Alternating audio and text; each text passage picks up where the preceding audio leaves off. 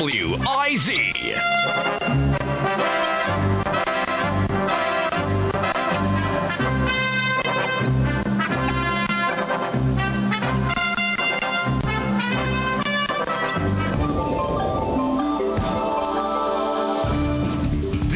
DWIZ 882 sa kanyang todong lakas, 50,000 watts nationwide.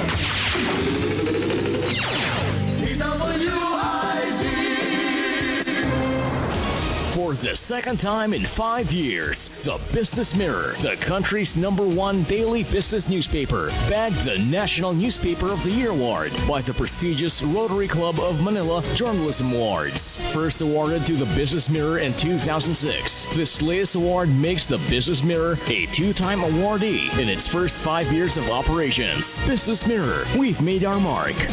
Ang programang ito ay hatid sa inyo ng Grand Matador Light, gaan na gusto ko. Mga isyong di maunawaan, mga usaping nais bigyang linaw, mga balita at impormasyong dapat ipalaganap sa sambayanan. Lahat bibigyan po ang lalo na kung trabaho at pangkabuhayan ang kailangan. Ikaw at ako, mag-usap tayo kasama si Monset Laranyo. Halina't simulan ang talakayan. Mag-usap tayo.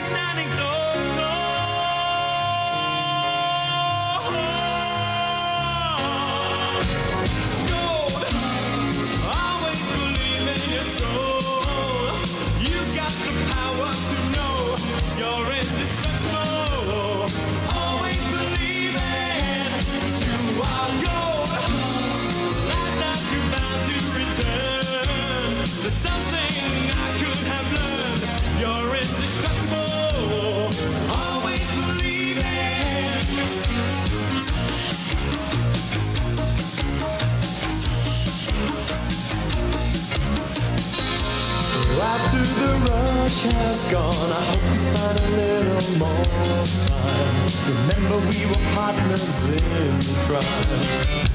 It's only 2 years ago, the man with the September face, who knew that he was there on the case. Now he's in love with you, he's in love with you. My love is like a hard prison wall, and you could leave me standing so tall.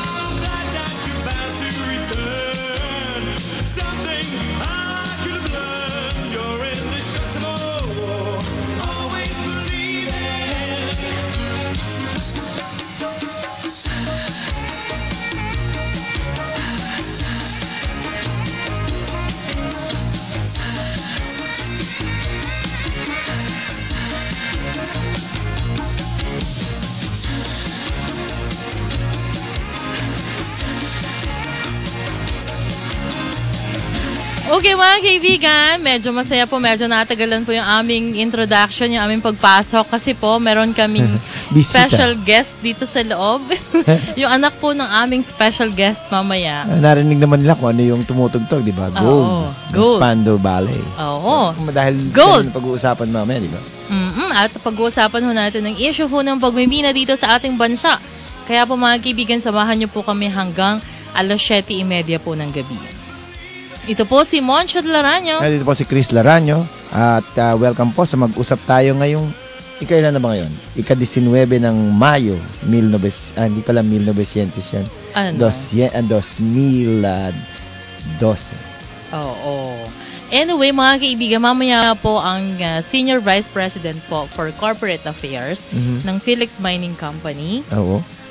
Si Attorney Mike Toledo. I'm sure familiar na sa inyo yung pangalan kasi dating press secretary o na undersecretary, naging spokesman nung panahon ni PGMA, at ngayon naging press secretary at ngayon po ay siya na ang Senior Vice President for Corporate Affairs ng Philex Mining. Mabuti hindi sa Atlas siya napunta kasi may Toledo Mining yung Atlas. Anyway, mga kaibigan, samahan niyo po kami. Pero bago po yan, narito po muna yung ating pagbabalita. Balitang Agri, Balitang Negosyo, makabagong teknolohiya sa larangan ng agrikultura, tamang kaalaman. Mag-usap tayo.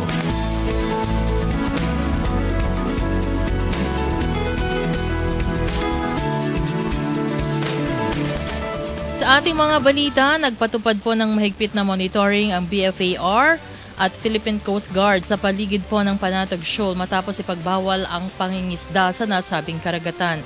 Sinabi ni BFAR Director Attorney Asis Perez na tumutulong na rin ang mga lokal na pamahalaan at ang pulisya na magbantay sa mga sumasakop na lalawigan sa Panatag Shoal. Hindi nga natuloy si Pael doon, di ba? Tinigil ni Pinoy. Yes, hindi siya. Bawal siyang pumunta. Kaya ngayon, ang mga tauhan po ng BFAR ay maglalagay din po ng payaw. May 200 units payaw. Ito ilalagay sa mga strategic municipal waters para yung mga isda doon na papasok, mga 15 kilometers hanggang 20 kilometers doon mula sa coastal area, doon ilalagay para makapangisda yung mga mangisda natin. Municipal limit na lang, hindi na international waters. Yes. Okay. At nakatakda po namang magpatupad ng revamp si Agriculture Secretary Proceso Alcala sa opisyal na at mga tauhan ng Bureau of Animal Industry at ang Bureau of Plant Industry. Ayon kay Alcala, isasagawa ngayong buwan ang balasahan sa lahat ng mga opisyal at tauhan ng quarantine sa ilalim ng BAI at ng Bureau of Plant Industry. Binigyan din ni Alcala na mas makakabuting i-reshuffle ang mga nasabing tauhan ng BAI at ng BPI para lalong maging epektibo ang serbisyo ng ahensya sa sinasagawang inspeksyon sa mga pumapasok at lumalabas ng mga container na van na naglalaman ng mga agricultural products. Bakit? May epekto rin ba ito sa China? Oo naman. Parang parehong China yung balita natin ha. Oo, Panatag Shoal at saka yung daw yung paglabas. Bakit yung mga produkto na galing sa China? Hindi, pero sabi ngayon 100% din daw talaga dapat yung inspection nun. Samantala may pahabol lang ako, ang Chamber of Mines of the Philippines ay umaapila po sa Malacanang na pansamantala daw po munang pagpaliban yung implementasyon po ng bagong guidelines. Itinatawag nilang revised guidelines on free and prior informed consent na ipinalabas po ng National Commission on Indigenous Peoples o NCIP noong May 16. Kasi pagka daw natuloy yung malaking problema dahil sa halip na 2 million hectares lang daw mako-cover para sa mga indigenous people, aabot daw ng 10 million kasi ngayon daw 5 million na yung area na na-title na ng NCIP para sa mga indigenous people. Oo. So ano yung epekto nito doon sa mining industry? Sabi masama daw dahil siyempre may problema na nga tayo dun sa bagong lalabas na anong tawag policy. Mawawalan pa sila ng lupa na miminahin. So. Correct. So mamaya alamin ho natin yan po mga kaibigan, ang ating pong Balitang Agri, Balitang Negosyo, makabagong teknolohiya sa larangan ng agrikultura, tamang kaalaman. Mag-usap tayo.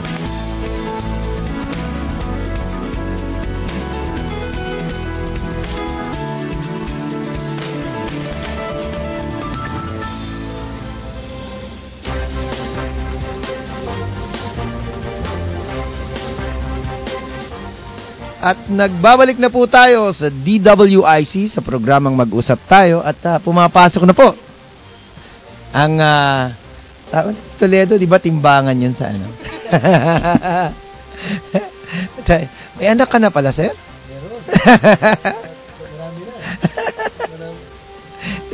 Hindi pa.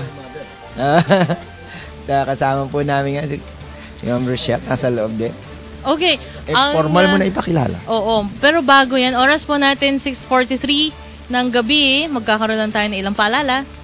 Ito ang sarap na di nagbabago. San Miguel Pale Pilsen. Pinabalikan, di malimutan. Walang kasing sarap tuwing uuwi ako. Bumabalik lahat ng tuwa sa puso ko. Pamilya, kaibigan at San Miguel Pale Pilsen ko. Ito ako, wala pa rin pinagbago. Ito ang sarap na di nagbabago. San Miguel Pale Pilsen. Pinabalikan, Ito the best for me. San Miguel Pale Pilsen. Ito ang beer. Chris Aquino po. Apple Dia po. Para sa amin, ang sarap na di nagbabago. San Miguel Pale Pilsen. Drink responsibly. DWIZ 882. Mag-usap tayo.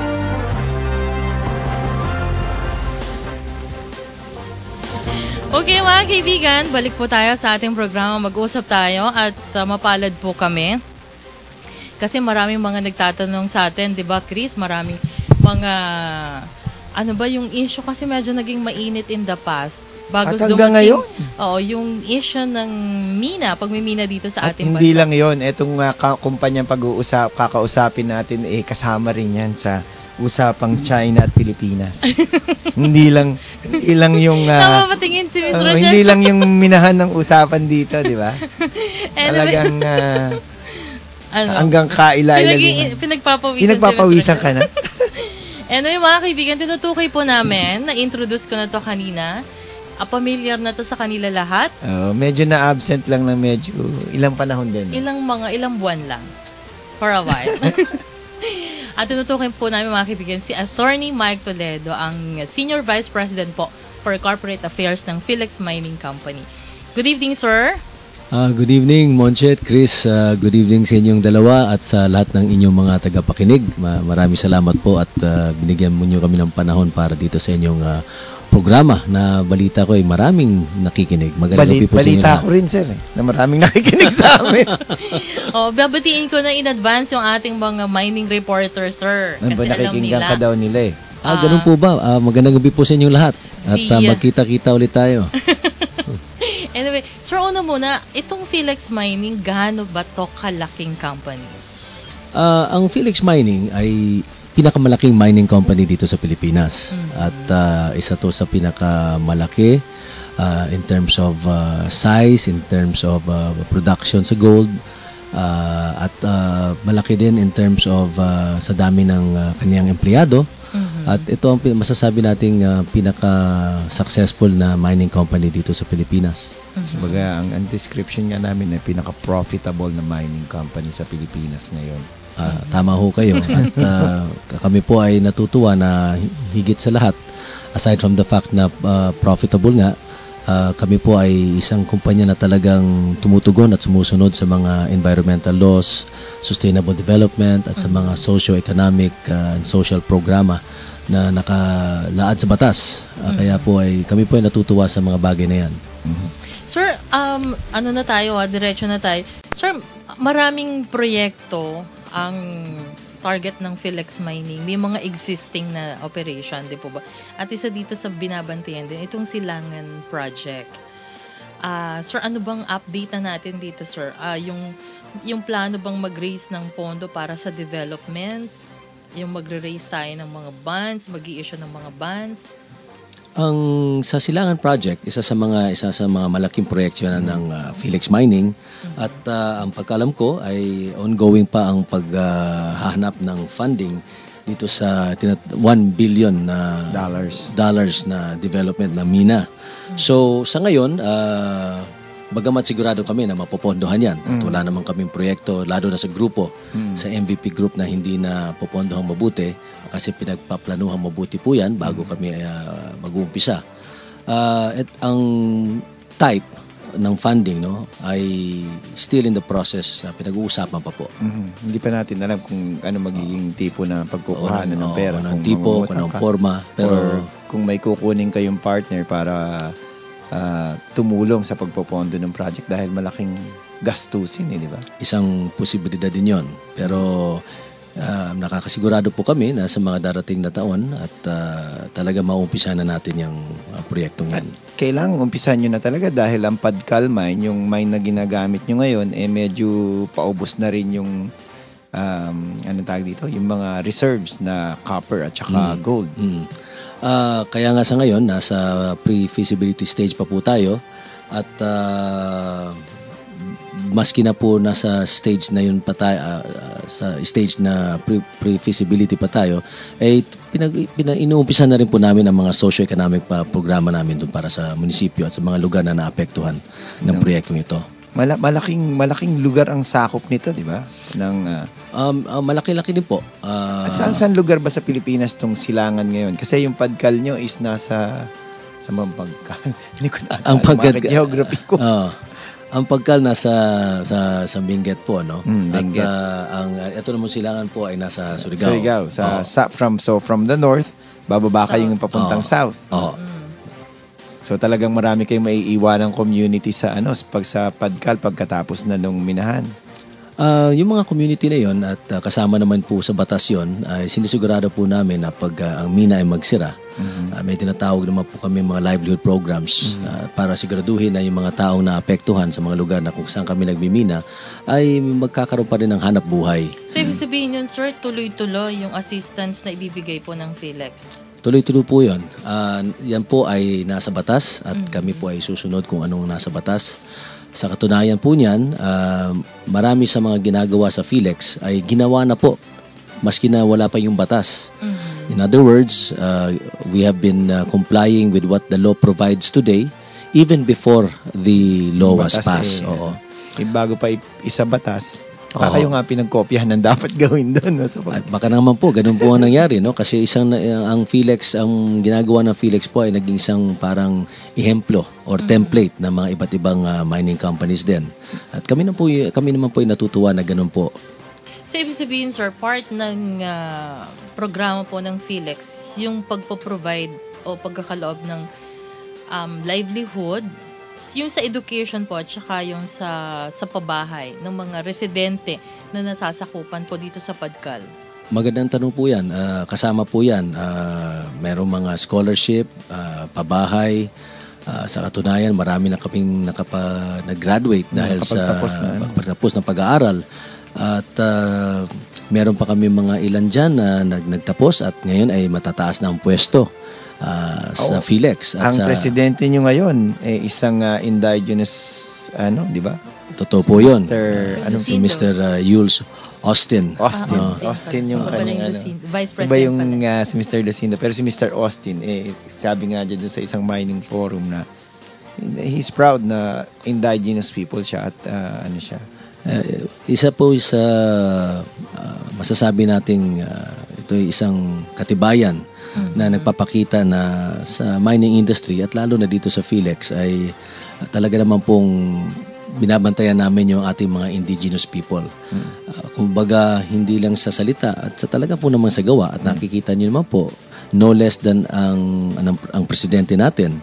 Ang presidente ng pinakamalaking mining company sa Pilipinas ay galing po sa mga indigenous people. Simula nang pumasok ang grupo ng First Pacific, hindi naman yung PLDT group talaga, di ba? Yung nire-represent ni Mr.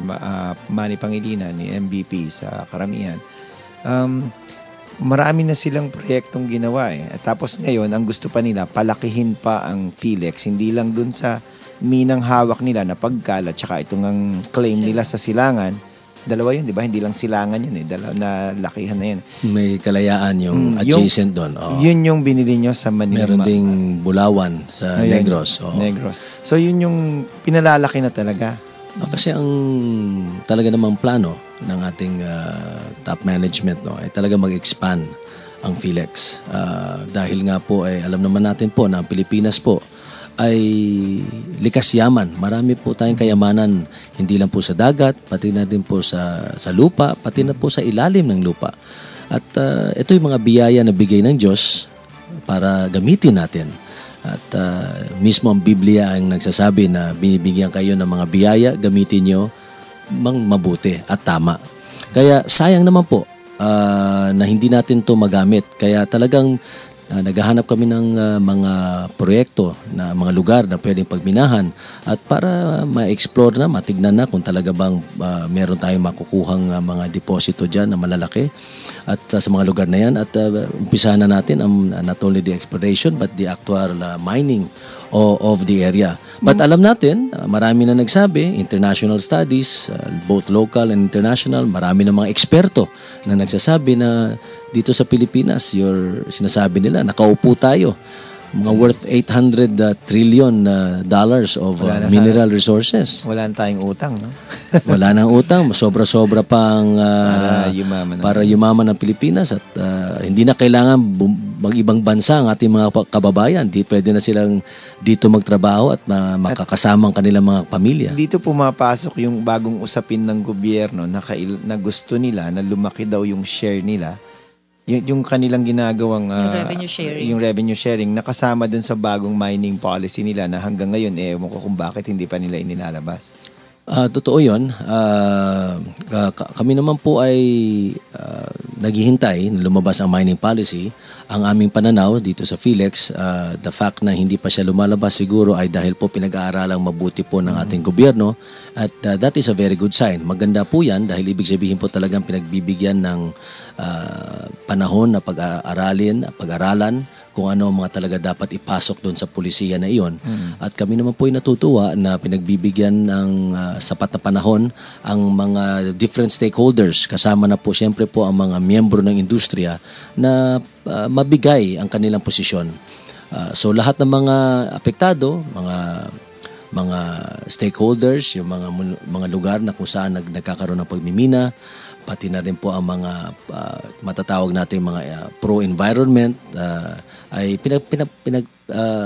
pinapakinggan lahat yan ng gobyerno. Nakita ko nga yung isang mining conference at masaya. Napakagandang break sa impeachment ng mining conference na yun. Totoo yun. Talagang medyo passionate talaga sa magkabilang na medyo sensitive na usapin talaga yung mining. Alam mo, Chris, yan ang sa tingin ko ay isang siguro dapat nating linawin, no? Totoo yun. Passionate ang mga tinatawag natin. Siguro tawagin na lang nating hindi opponents but rather critics of mining. And yung namang nasa industriya or yung maski wala sa industriya pero naniniwala na ang mining ay nakakatulong, pagpalagay natin, tawagin natin silang pro-mining, no? Pero kung tutuusin, wala naman pong pagkakaiba ng mga tinatawag na pro-mining at yung mga tinatawag na pro-environment. Kasi kami naman po sa industriya at siguro po I can speak on behalf of Philex. Ayaw naman po namin sirain ang environment. Oo, lahat naman tayo. Sino ba? Pareho naman tayo. Yung hangin na ninalanghap ng iba ay pareho din sa hangin na ninalanghap natin. We breathe the same air, we eat the same food. So, bakit namin sisirain ang environment? Hindi po. Ang gusto namin ay siguraduhin lang na yung mga kayamanan na nasa ilalim ng lupa ay magamit nating mahusay. At habang ginagawa natin to, hindi naman masisira basta-basta yung mga kaligiran natin, ang kalikasan. Sir, itatanong ko lang, dito sir sa Padcal Benguet, gaano karami sir yung families na sumasakop dito sa sa operation? Dito sa Padcal siguro masasabi natin meron tayong mga if I'm not mistaken mga 15,000 community members, no? Roughly mga 15,000, no? At 4,000 pamilya siguro yun. Oo. Mga ganong mga 15,000 plus. Ang nakikinabang ngayon sa Padcal. Oo. Sir, pero kasi di ba meron yung ibang mga claims ng ibang mga oppositors, although hindi naman sila mismo doon sa kanila merong mina o mining operation na ginagawa. Ang ino-post nila parang walang masyado raw tulong silang nire-receive. Pero parang yung pinakita nyo before na merong sa health, tapos merong education, tapos yung livelihood. Totoo po yun. At I can speak on behalf of Philex. Pwede lang po ako magsalita about Philex, no?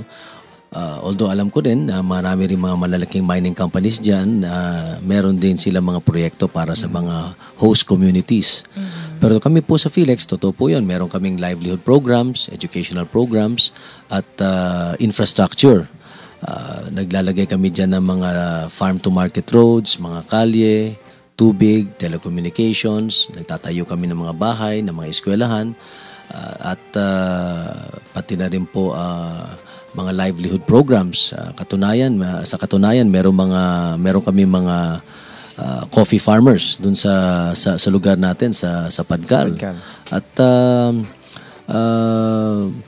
masasabi natin po na kami naman po natutuwang sabihin na yung mga tao nakatira sa mga lugar na to, sa mga host communities na to, ay masaya naman po sila at very grateful sila at thankful sa mga tulong na binigay po ng Philex Mining through the years.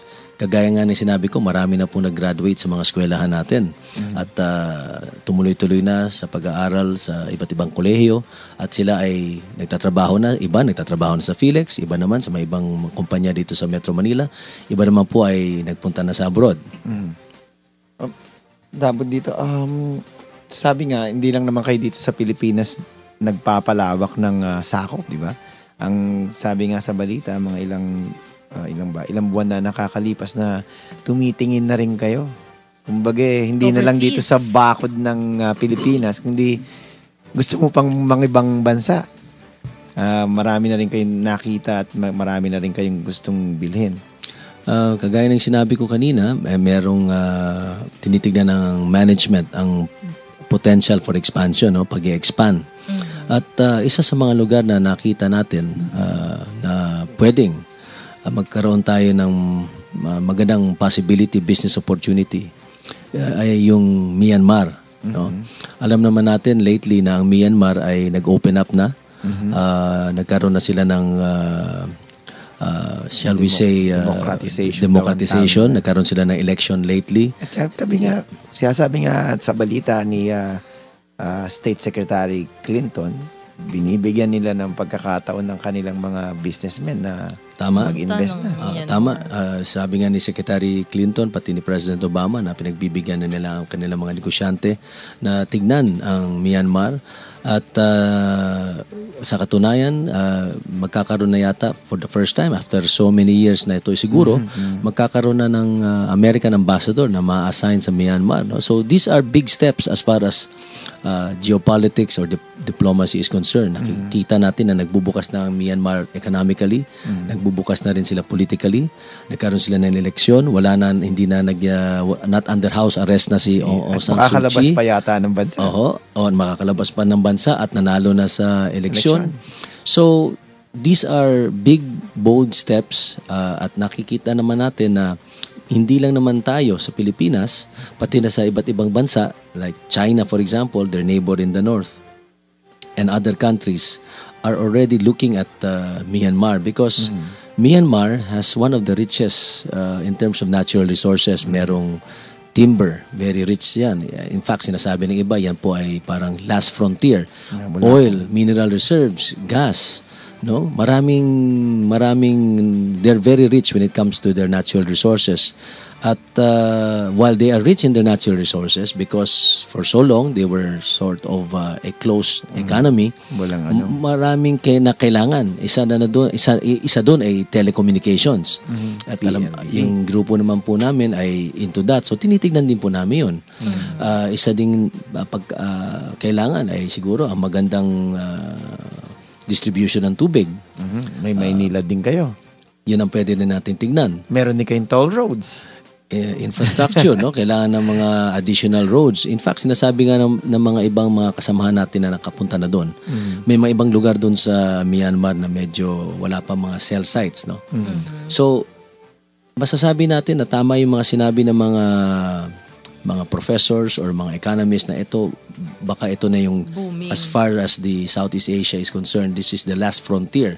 So, sayang naman po kung we won't take advantage of that opportunity. Hindi ba maganda rin po na Philippine companies go abroad and expand and show the capability of a of a professional Filipino corporation. Goodwill na rin para sa Pilipinas. Goodwill na rin po para sa Pilipinas para naman makita na Philippine companies also are world class. So sir, paano ang plano doon ng Felix sa pagpasok doon sa Myanmar? Pinag-aaralan pa yan. Siyempre, magkakaroon pa tayo ng mga due diligence. May mga kinakausap po tayo doon. Hindi pa natin masasabi in detalya, no, sa ngayon kung sino-sino yung mga yon, pero nagkaroon na ng mga bisita sa ating mga kasamahan at pinag-aaralan yung posibilidad. Ang mahirap naman po kasi baka mahuli tayo. Let's take advantage of the opportunity, pag-aralan and study and the possibility na mag-invest tayo doon sa Myanmar. Hindi lang sa pagmimina ng ginto at tanso yung gusto nyo ron. Kasi ang Felix, hindi lang naman pagmimina ng ginto at tanso, meron din kayong oil exploration, di ba? Totoo yun. Isa din yun sa mga pwedeng tignan natin, pati na rin sa bandang Vietnam. No? At of course, yung present site natin dito sa SC-72, no? Dito sa West Philippine Sea. Ito ay isa sa mga tinitignan natin ngayon. No?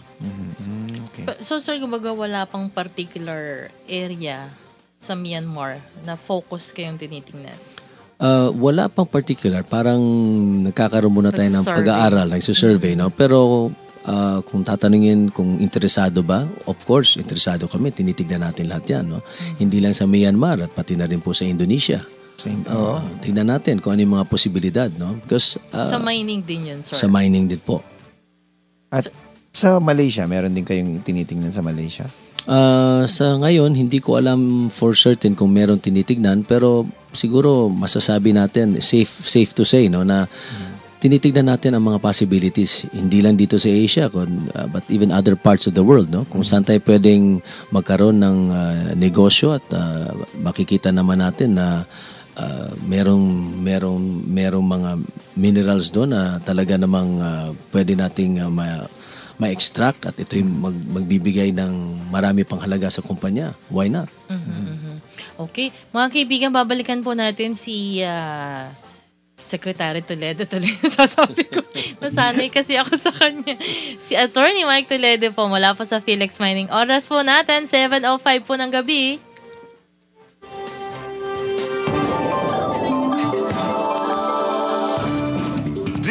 DWIZ 882 sa kanyang todong lakas, 50,000 watts nationwide. DWIZ. Pwedeng tingi? Pwede po. Whole chicken? Pwede rin po. Cuts? Pwede po. Fillets? Pwede po. Inasal, Korean chicken longganisa, Shanghai chicken fingers? Pwede po. Mas maraming pwede sa Magnolia Chicken Station. Guaranteed fresh pa dahil Magnolia Chicken. Ikaw pwede? Po? Mag-debone ng whole chicken.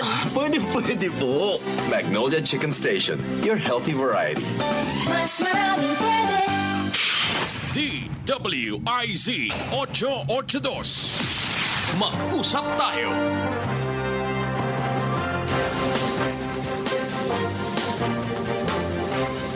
Okay mga kaibigan, balik po tayo dito sa programa. Mag-usap tayo, kasama pa rin po natin si Attorney Mike Toledo mula po sa Felix Mining Company.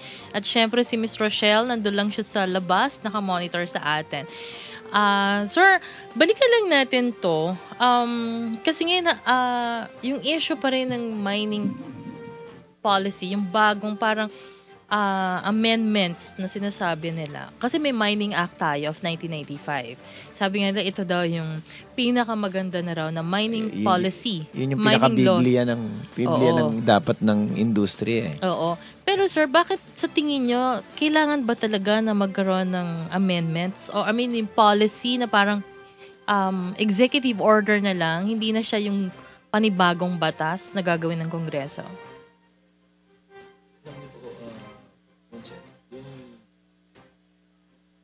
Sige po, okay.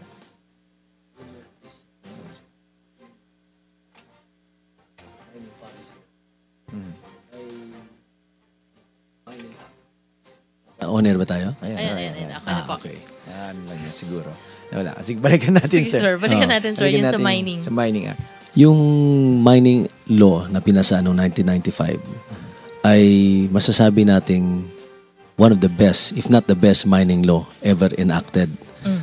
In other words, hindi lang dito sa Pilipinas but sa buong mundo, yung mining law na iyon ay isa sa pinakamaganda dahil ito ay pinag-aralang mabuti at ang binasihan nito at ang iba't ibang experience ng iba't ibang bansa that have had a very successful mining industry, no? So talagang pinag-aralan ng ating mga members ng legislature, ng Kongreso. At maraming inputs, hindi lang po galing sa mga members ng industriya, pati na po members ng academe, yung mga professor natin, mga economist natin, pati na rin po yung mga experience ng iba't ibang bansa, ay pinag-aralan to at sinama. Kaya nga, no less than the Supreme Court, sinabi ng Supreme Court, ito isa sa pinakamagandang batas. Kaya ang aming pananaw ay ito ay magandang batas na. Ang importante lang po ang implementation. Kasi we can have so many laws, pero pwede naman tayo magkaroon ng maraming batas. Pinakamagandang batas na. Kung mayroong matatawag na perfect na batas, sabihin na natin, okay, it could be a perfect law. Pero kung hindi naman po ito may implement, hindi naman ma-properly execute, di kulang din. Kaya ang masasabi natin po, the law in itself is already a very good law. Ang kailangan lang po ang proper implementation, execution ng batas na yan. Lalo na sa mga small scale miners, no? Kasi aaminin lang po natin na sila naman po ang dahilan kung bakit nagkakaroon ng mga problema sa pagmimina. Kasi hindi nga sila masyadong nag-govern at hindi nila sinusundan yung mga nasa mining law. But having said that, kami naman po ay open din naman sa pag-aralan ulit ang batas kung talagang merong kailangang palitan at siguro o pagandahin pa, di bakit hindi? Kasi while it's true na ang batas ay isa na siguro sa pinakamaganda, perhaps pag dumadaan na ang mga panahon at mga taon, meron siguro mga pagbabago sa technology, no? New technology or a new concept na siguro kailangan mag-adjust na naman din po ang bansa. Hindi na rather ang batas, no? Hindi naman magiging cast in stone 'yan. So pwede naman natin pong reviewin at tignan kung paano natin papagandahin. Etong balak ng gobyerno ay siguro magkaroon ng maglabas ng mining policy at ang pagkaintindi po namin ay either it will come in the form of an executive order. Ngunit may mga ibang provisions na siguro or may mga ibang policy na hindi lang pwedeng ma-cover ng executive order dahil po ito ay nakalaad na sa batas. Since it's already part of the law, kailangan amendahin mo through acts of Congress. At kung ito naman po ay mag-involve ng revenue measures, kailangan din po Kongreso kasi nasa saligang batas po natin yan na any revenue measure must emanate or dito dapat mag-umpisa sa Kongreso. Sa Kongreso. At hindi naman siguro sila magkakaproblema doon dahil marami naman silang kaalyado sa Kongreso. Pero sir, anong impact, anong epekto nito na napakatagal? Parang hindi ba, kasi ang doon, parang hindi kaya magaya yan doon sa yung grupo ng mga sa wood industry na yung sa pagpuputol, yung sa logging, di ba? Umpisa parang medyo sila, medyo relax.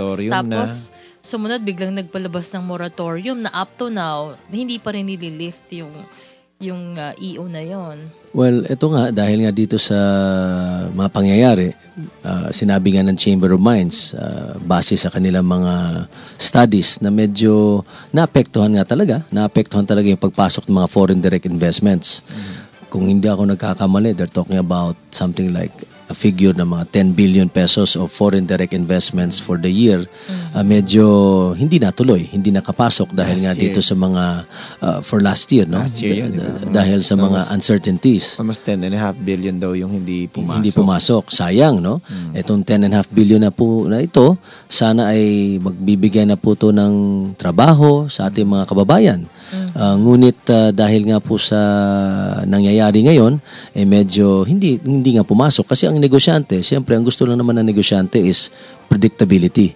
Gusto nilang malaman na kung papasok sila sa isang negosyo, gusto lang nilang malaman kung yung bang pinag-usapan natin na kontrata, ito ba'y masusunod. Mahirap naman po magpipirmahan tayo ng kontrata tapos sa kalagitnaan biglang sasabihin mo nag-iba na yung batas, nag-iba na yung policy. At yan nga po nagiging reklamo ng ating mga foreign investors, no?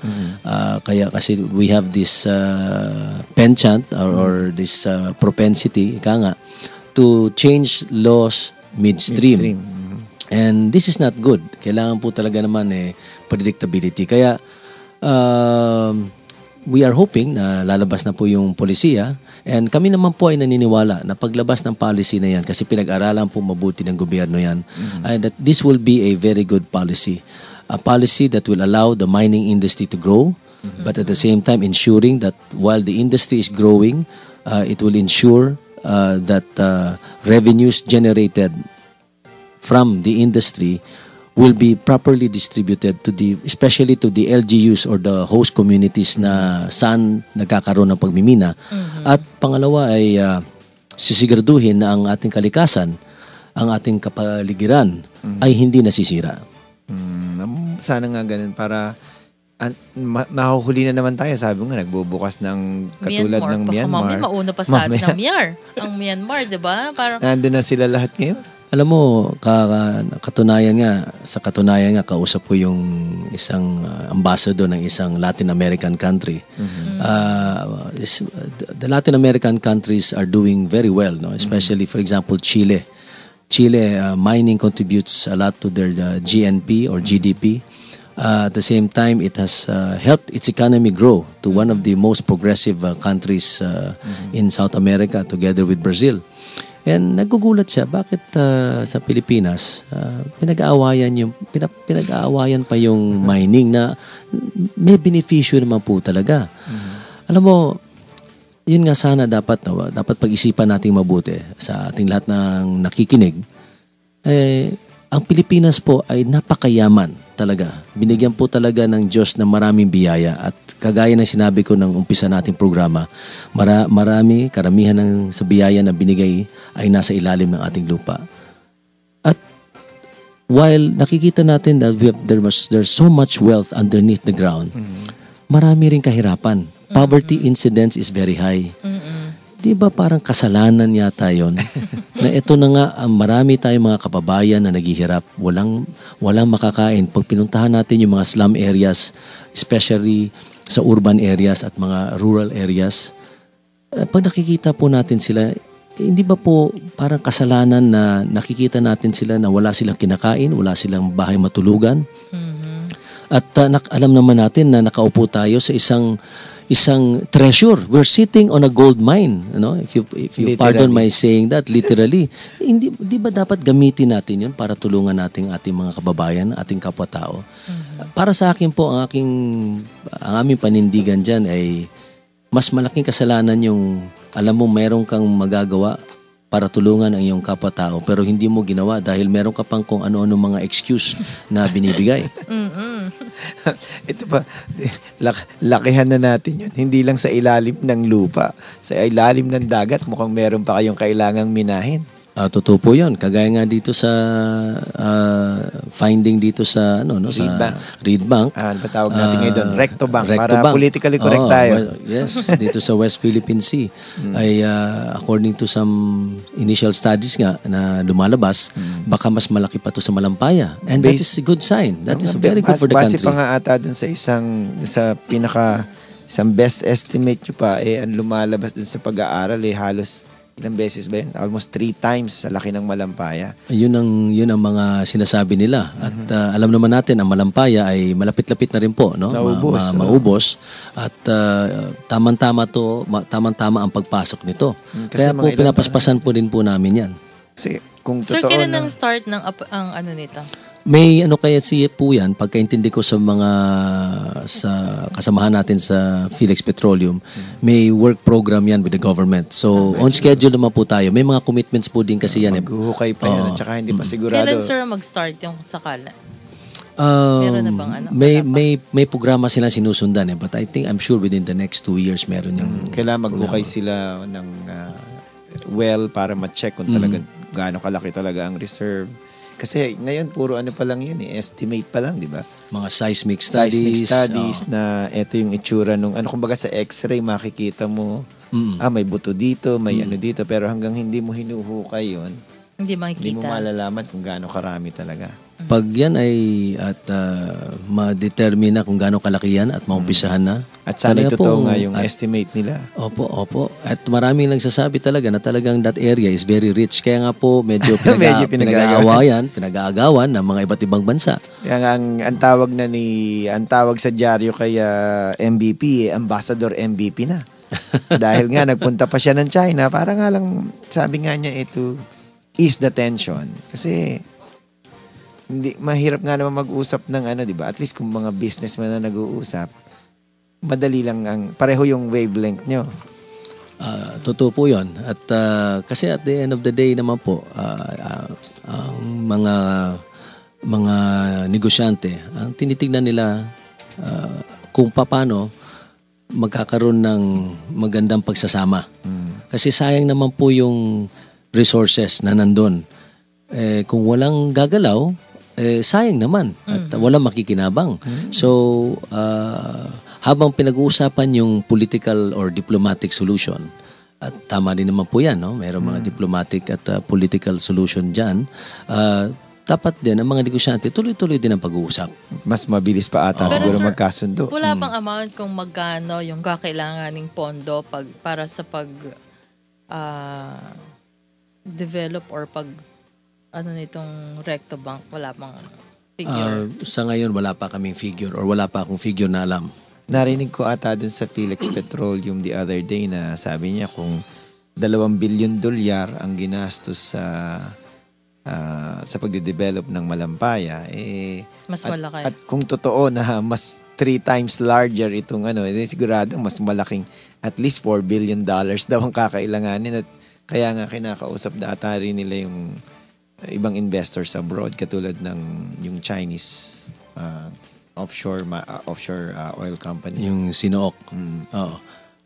Alam mo, yung grupo na yon ay may not only financial capability but also technical capability. No? So, tinitignan natin kung sino mga pwede natin magiging kasama dito at kung kailangan natin ng strategic partnership ang tawag, why not? Para lang ma-develop yung area. Kailangan siguro maunawaan din ng mga nakikinig na yung Recto Bank na yan, hindi ho yan sa Abinida.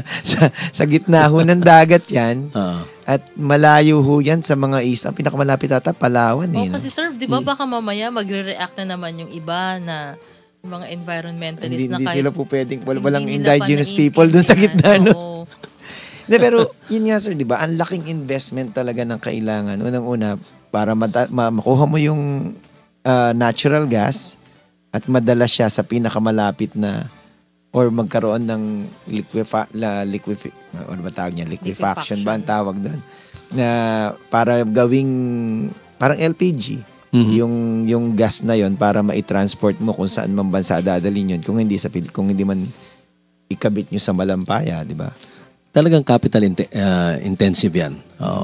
Capital intensive yung mga oil or gas exploration. Alam natin yon at alam naman natin na kagaya ng pagmimina, minsan marami mga kumpanya dyan, no? Not only in the Philippines but sa labas. Talagang sumusugal ka dyan. Malaking sugal. Malaking gastos na ang gagawin mo at minsan lumalabas na wala pala or hindi commercially viable. Ika nga. So, malaking sugal ang ginagawa ng mga mining companies or oil companies. Swerte pa nga ata kung sa bawat 10 may makuha kang isa totoo yun. Swerte pa ata yun. Chris, meron lang ako kasi sir, ito lang yung Chamber of Mines kasi, yung Chamber of Mines of the Philippines, alam ko, member doon ng Philex, diba? Bahagi doon ng Philex. At meron po kasi silang statement na, meron po silang appeal tungkol po dito sa ipinalabas na revised guidelines on free and prior informed consent. Ipinalabas po ito ng National Commission on Indigenous People, so itong NCIP. Sir, parang ang lumalabas nito, sir, parang mas lumalaki pa ata yung magiging covered na area ng mga indigenous people, na indigenous mga land. Mga tribo, mga katutubo. Tama ba? Kasi sinasabi ata dun sa batas, sa Constitution, hanggang 2 million lang ata yung para sa mga indigenous people. Sabi nga ng Chamber of Mines, mukhang umabot na sa 5 million at pagka natuloy pa itong bagong regulasyon na to, aabot hindi lang 5 million kung hindi 10 million na. At computation pa nila, yung 13% lang ng populasyon ng Pilipinas ang magmamay-ari ng ilan? 33% ng lupa sa buong Pilipinas. Kaya nga ay ang pagkaintindi ko, yung Chamber of Mines ay nag-aapila sila, sumulat sila no sa government para kung pwedeng wag na muna tong ipagpatuloy itong guidelines na ito. Hindi ko lang po alam kung sa ngayon ay nagkaroon na ng pagpa-file sa korte, no, nagkaroon ng at least to enjoin the implementation, no. Kasi ang pagkaintindi ko sa chamber, kulang ng konsulta sa mga industry players, sa mga apektado. At according to the study also made by the chamber, pag-aaral na ginawa ng chamber, mukhang baka naman yung mga guidelines na ito ay lumalabag sa NCIP, sa NCIP law, no, sa batas. Dahil ang importanteng concept diyan sa NCIP law is yung tinatawag natin, uunahin mo yung interest ng mga indigenous people.